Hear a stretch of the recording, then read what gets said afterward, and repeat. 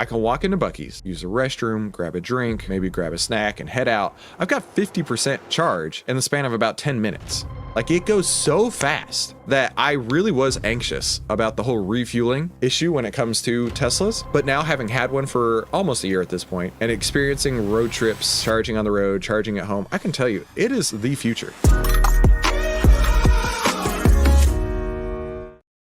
All right, Tesla is announcing one of their biggest projects yet, building the world's largest supercharger with 164 stalls and a solar canopy.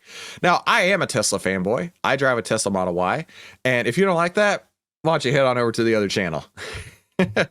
But there are awesome opportunities coming up with Tesla lately, right?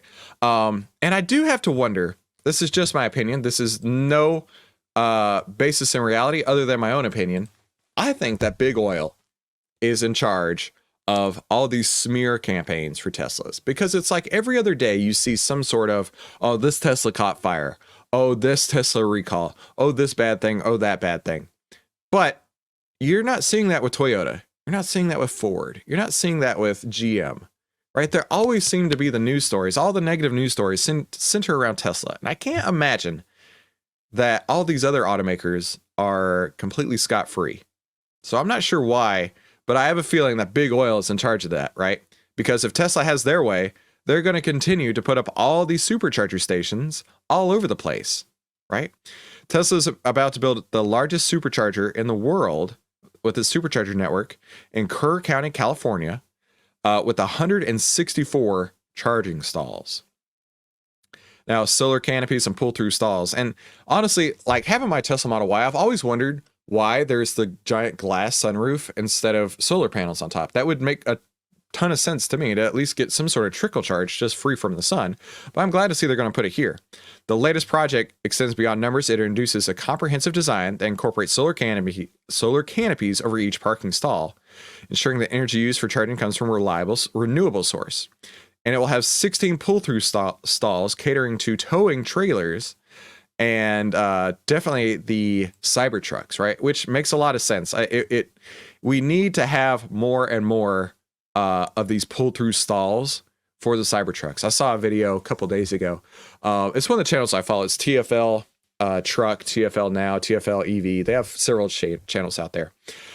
But they got their hands on a Cybertruck and went on a towing trip. And as you can expect, the towing range was significantly degraded versus a diesel or gas truck.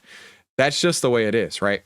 And I think that when people have the expectations of what to expect, right? When people know what to expect when they get into an EV, then they will treat it a little bit differently, right? Like all these people in Chicago who their Tesla cars just froze up and died, they didn't know how to plan for cold weather. Yes, it does consume more energy in the cold.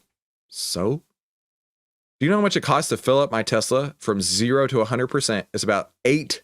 $8 in electricity. That's it. So I'd have to fill up 10 times for it to be equivalent in price to what it costs to fill up my wife's SUV. So yeah, there is a bit of a learning curve. But these pull-through stalls and this new 164 stall charger is going to make it a lot easier for those who are towing. S-Type says, happy Hershey and Hallmark and De Beers consumerism and debt day to all. Yes, absolutely. Happy Valentine's Day to you. Yeah, this is pretty cool. We're going to have 164 stalls all the way around here. And one of my favorite places to go is Buc-ee's. I don't know if you have a Buc-ee's where you live, but the Buc-ee's all around me, they all have superchargers. And that is really, really sweet. Whenever I go on a road trip, I make sure to stop at a Buc-ee's because I can get out, plug in my car, takes no time. There is no putting the card in, no reading, no waiting. I get out 4 seconds later, it's already plugged in. I can walk into Buc-ee's, use the restroom, grab a drink, maybe grab a snack and head out. I've got 50% charge in the span of about 10 minutes. Like it goes so fast that I really was anxious about the whole refueling issue when it comes to Teslas. But now having had one for almost a year at this point and experiencing road trips, charging on the road, charging at home, I can tell you it is the future. But I'm just really wondering Why is there always bad news when it comes to Teslas? I don't know. Tesla diner exterior looking close to being complete. Crew working on Saturday after heavy rains. Oh, here we go. I guess we're going right to that tweet here. Oh, cool. We can check it out. It looks like something from Disney World or something they're building, doesn't it? Right? Some sort of cool structure there. But they're going to have 164 charging stalls, which is awesome. The US right now has over 2,700 active Tesla superchargers and more than 700 since October. There are more than 2,400 superchargers, stations, and 55,000 charging stalls. So at the end of the day, the mass consumer adoption of EVs is going to rely less on government mandates and more on refueling with batteries, recharging, right? As well as understanding of the product that you're driving. Yes, I can get behind the fact of, hey, I don't want to have to learn how to drive the car. I learned how to drive the car when I was 15 or 16, and I just get in, put in gas, and go. Times are changing, right? And if we're going to have EVs rule the future, which I still am a believer of that, then people are just going to have to learn how to use their EVs. And here we go. Tesla Cybertruck turns the tables, shows power in the snow, pulling out a stuck Ford truck. So let's take a look at what the AI trading data has to say on Tesla. It's showing a 189.97% return over time. And we're showing some pretty extreme fear right now inside of Tesla. So maybe now's an opportunity. We did get a buy signal back on December 22nd. Maybe now's an opportunity to buy Tesla if you are interested in being a Tesla owner. And let's take a look out. And be sure to head over to ovtlyrdeal.com to get your hands on these signals as well for one very small lifetime price. Tesla is planning to build the world's largest new supercharger, right? And this person says, can we just get one in Victoria, wherever that is, right? Where at? Can't they just partner with Buc-ee's already? Like I was just talking about. Buc-ee's is actually pretty sweet when they got their chargers. Impressive move by Tesla. Building the world's largest supercharger station shows their commitment to expanding the EV infrastructure. With this kind of forward thinking, it's no wonder they continue to lead the charge in the electric vehicle industry. Now, I actually have a friend who works at Toyota, and he had, this is funny. There's a new Toyota EV that just came out.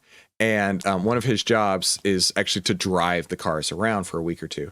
And one day he showed up with a Mercedes. One day he showed up with the Tesla EV. And one day he showed up with this Toyota EV. And he's like, dude, this is awful. This is garbage. I hate this car so much. And I was like, what do you mean? He's like, it's slow. It sucks. It's so hard to find a charger because it still has the CCS charger. And he's like, man, like I would hate to have bought this. I can't even tell you why they put this to market. And I was like, wow, that is so interesting, right? And he's like, it's totally different between a Tesla and everybody else, right? Ford, GM, and others are cutting back on their EV productions because people don't want an EV. They want a Tesla. And because they want a Tesla, that's why the Model Y was the greatest selling car in the world in 2023, and it's not even close. And what else is not even close is the fact that I have no idea how the YouTube algorithm works, but it tells me that you're going to love one of these two videos. So be sure to click those to watch more, and I'll see you on the next episode.